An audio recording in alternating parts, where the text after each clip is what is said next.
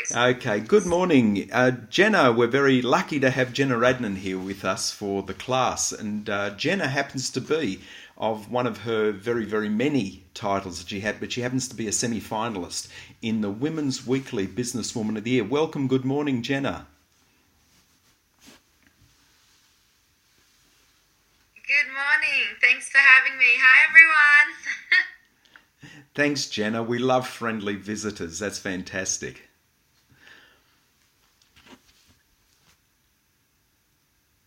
I'm going to start you off with my first question, and so we can get right into it. But we're interested to know what were some of the key external influences that moved you from Genna Radnan, who was a school graduate, and you mentioned a nurse, to Genna Radnan, social enterprise entrepreneur who undertook projects in Africa. Sure. So the main external influences that really changed and got me drawn in was when I was quite young, I think age 7 and 8, seeing World Vision ads on television and the pop-up stores that you would see in shopping centres. So those are the two things that really drew me in. And also I had a teacher in high school who was also my tutor, and he'd lived in Namibia for 3 years. So having already had that interest and desire to help people in Africa, he was able to really advise me and direct me into different areas as to what the demand was and what needed to be done about it. Right. So what was it about those pop-up shops, and what was it that sort of appealed to you with the stories of Namibia? Yeah, well, I mean, I've been very fortunate. I've been raised in the eastern suburbs of Sydney, Australia, and I lived in a huge house with my 3 other sisters, my parents, and watching the ads on the television of kids being in the African desert areas where there's no water, no electricity, I used to get confused how some kids were raised like that, and I had looked around my house and it was nothing like that. So as soon as I saw that there was a need, and I felt kind of guilty. It's like, you can't help the family that you're born into. Why has it been that I've been so privileged? And what can I do about it to help other people to raise their standard of living? Right. So you're saying basically it was from an early, I'm assuming, was it an early age that you started understanding these differences? Yes. Right. I take things in visually, so if I look at something and I compare it, then that kind of stays with me. Right. And then I grow from there. What so age? That was a very starting point. Right. And it used to bother me, people would change the TV channel so they didn't have to look about it, so they didn't have to see it. Right. And that really used to upset me. So that's why I think I've become more involved. Okay. What age were you when you started discovering those feelings of disparity between you and others?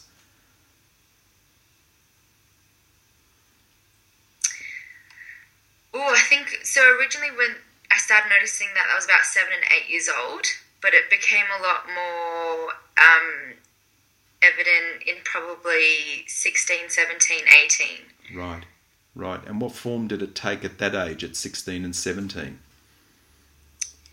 As soon as I graduated from high school, I wanted to go to Africa. So Yes. As soon as I had a job from age 14, when I was about grade 10, so it would have been about 16, I started saving up then to go towards doing a volunteering program after graduating from high school. Okay. So I always had that as a goal in mind. Rather than going to Europe and partying, I would rather go travel and learn a different culture and give back. Right. That's just me personally. Right. No, okay. Well, that sort of moves us on to the second point that we're interested in, because at 16 and 17, you've got a lot of internal influences that are sort of shaping how we do things and how we see things. So I would then like to know what internal influences moved you from Genna Radnan, school graduate, okay, again, to Genna Radnan, social enterprise entrepreneur who undertook projects in Africa. I think my biggest internal factor would be curiosity. I'm a very curious person. If there's something that I don't know about but I really want to, I will find a way to find out that information and get where I want to go with it. I've also got a passion for helping others and understanding people from their point of view. I try to put my feet in somebody else's shoes and be like, what if that was me? Rather than being like, oh, I'm not interested, that's not my problem, because I feel that it is my problem. So I think that's the biggest thing. And I like to have fun with it as well. I like to go on adventures. I like to be taken out of my comfort zone and doing something different, because I get very bored just sitting still doing nothing in the same environment. I like to spice it up a bit and get into it. So if I was to summarise those, there'd be a sense of fairness, justice, but a sense of fun and adventure.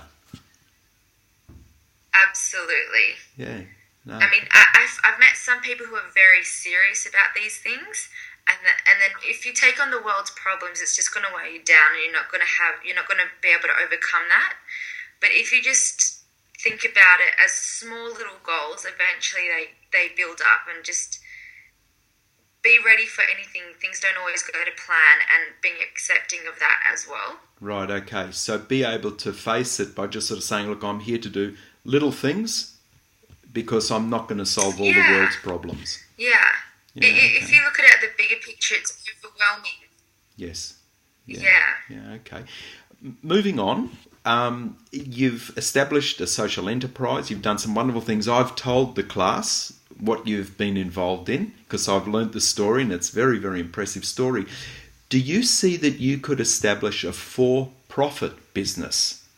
And if so, given your experience with what you've done, and if so, what's holding you back from doing that?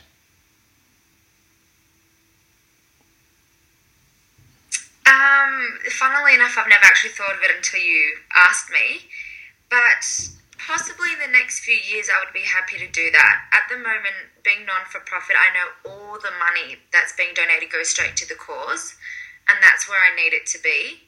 And considering I'm working as a nurse full-time, and I've just started my second degree doing international aid and development part-time online, I don't have the time to do that without having the skills and knowledge behind me. So possibly once I finish this next degree, I will have a better foundation, and I could have better networking as well to make that possible, and then ideally do that full-time and actually do what I love as a job, but helping people. Right. So if I was to achieve that, we're looking at 5-6 years until I'm able to get that far. Okay. From my experience, it goes by very quickly. But what you're saying is that you would go into it, but it would still be in the field of helping people. Absolutely. Yeah. I mean, I feel guilty even thinking about taking money from people who are donating it towards a charity. So I would really have to do more research into that, because I just feel really bad if people donate their money. I want it to be going to where I say it will go. Yeah. And I think that's what's worked so far. I've raised over $100,000 in the past 3.5 years. Amazing. And all of that money goes towards the charity. So I really don't want to be taking away from that whilst we are so small. Anyway, if we do grow, then possibly so I can work full-time on it, I'm going to need to earn money for myself so I can survive. Okay. So then continue with the charity. So you've been supporting yourself through your nursing work, but all the donations are going to your projects. Yes. I don't get any of that. This is fully voluntary. Right, yeah. Wow. Because what we learn about is a lot of people do this work, and part of it, of course, there would be an expense centre to be able to sustain the ability to keep these projects going. So that's quite a revelation and quite amazing. It's just sort of, made it even more amazing with what it is that you do. Can we ask a question about ethics? What's the greatest ethical challenge you've faced in Africa? There's been a few, to be honest. I think some of the smaller ones would be the greed that individuals have, so they're prepared to steal and manipulate, especially the corrupt government. I mean, I've had to put all of the charity things in my business manager's name. Because I'm white, they'll increase the price. So there's a lot of discrimination in that sense, even though you're trying to help the people there. That doesn't matter. So you have to be very smart about these things. I've got to get people who are actually Kenyan to do the work on my behalf. So there's communication is key here to make sure that I get what I want in terms of the charity, but I have to use other people to do it for me. Right. You haven't had any serious risks to your own personal safety, have you? Yes, I have. Okay, so can you tell us that one? I was actually carjacked in 2012. Right. Not in Sydney in the eastern suburbs? Sorry? Not in Sydney in the eastern suburbs? No, in Nairobi. In Nairobi, yeah. Yeah, so my sister one of my sisters came out from the UK to come and visit me, and I took her out for dinner, and we went out with some mates to a nightclub. And when we were driving home, we were actually carjacked, like held at gunpoint. We were then abducted for a bit, but luckily nobody was hurt, nobody was touched. Right. But that's probably been the largest ethical challenge, because a lot of people were disappointed that I returned to Kenya after that happened. Like, how could you go back? Yeah. Like, that's my love. I'm not going to stop doing what I love because of one bad accident. Like, you could be in King's Cross and you can get killed. I mean, I'm not going to let one bad experience deter me from what my goals and dreams are. Right. It's just I have to be a lot more smarter with where I go, how I go about it. But I mean, it happens in broad daylight as well. Right. It's just the different lifestyles of, what would you say, survival. Yeah. So go back to the first ethical dilemma where you were saying that those in charge, because you're white, they would sort of tend to expect higher payment from you to do things. Do they look upon the work, or how do they look upon the work that you're doing? So the people in the village think very highly of me. Yep. And this can actually be a problem as well. Fortunately, I'm not a person who's into greed and, manipulating people, because to be honest, for some reason, Africans that I've come across, or I should say Kenyans that I've come across, as soon as they see a white person, they treat you like you're a celebrity. They just want to be good to you and treat you well because they think they'll get something in return for it. So I don't like to manipulate that at all. I'm there to do what I believe is the right thing to do, and I make sure I've got everybody's approval in the community to do so. I'm not just going to put my Western values on them and say this is what you need, without them even thinking about it or wanting it in the first place. But then the people of power, so you've got the politics, you've got the police and the government, they are the ones who want more money. So they'll do whatever it takes to get that. And if you're white, they'll say a different price. And if you don't know any different, you're willing to pay it. Right.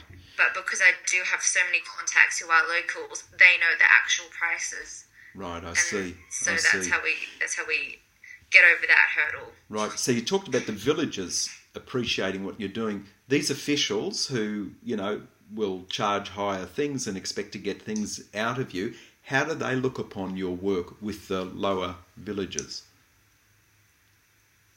I don't know, to be honest, because I've never dealt with them. Yeah. I actually never have anything to do with them to prevent them from sabotaging the work that we're doing. Yeah. And again, with fundraising money, I don't want to be supporting corruption. I don't want to be supporting bribes. Yes. And that's an ethical decision that I've made, because sometimes people do that, but I don't want to be supporting that. And I don't want people who are donating the money to think that that's where their funds are going towards. Yeah, sure, absolutely. People who already have money and bribing you, rather than the people on the ground who need it. Yeah. Genna, look, thank you very much for your time. I'm going to ask you one more thing. I saw an ad in the paper yesterday for volunteers to go to Africa. Why did you choose to do it yourself rather than within the framework of something that already existed to take you to Africa? That's a very good question, actually. So I first went over doing a volunteering program with a UK company called Mad Venturer, and I did 2 different projects with them in the same village. However, I'm a very determined young lady, and if I see a problem, I'm going to do whatever I can to fix it. And the reason why I wanted to start my own charity is because I could see where there was a need, and I wanted to make sure that I knew it would get attention and addressed. And if I was to join another organisation, I don't have a voice. Right. You know, most people wouldn't take me on seriously. I was 18 when I first went to Kenya. I was 19 when I first did the kindergarten, and I was 21 when I first did the training centre. So even when I had called other organisations, people wouldn't take me seriously. And the thing which I love the most about it is I'm on the ground, so I know the people myself. I know the environment that's going on. I'm not just somebody there on behalf of another organisation representing them. I'm actually the one who's doing the research myself, so I have a thorough understanding of what their lifestyles are and what I can implement to improve it. And I mean, don't get me wrong, I would happily join other organisations as well, but I want to be on the ground and I want to be the one helping to design it. I don't want to just be an admin person. Right, so, right, I see. But you're talking about passion there, you're talking about autonomy, the ability to decide what you want to do, the importance of being able to influence. Absolutely. Yeah. And I've got a guarantee of knowing where the money goes. Yeah. I mean, in the larger charities, I don't know where the money goes, and that bothers me. Yes. Because when they say $1 can feed a child for a day, they're not kidding. Food is dirt cheap. So I want to make sure that $1 gets there. Yeah, I understood. You know, and that's what it comes down to. And definitely autonomy. I like to have control of the situation. Right, yes. And if things don't go to plan, I'm then able to figure out another way to go around it. Yeah. No, so Genna, I like that. And then, of course, the contacts as well. Yeah. No, it's fantastic. Look, I'd like to thank you so much for giving your time to our RMIT students who've got a great passion for social ventures. And I'd like to thank you very much also as an inspiration for people to actually do things that can influence over the other side of the world, things that they do care about. And I wish you good luck in your venture.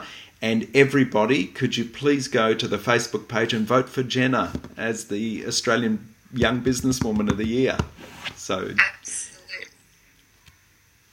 And people are welcome to contact me as well. If you give them my email address, if anybody's got any questions, I'm happy to answer any of them. Fantastic.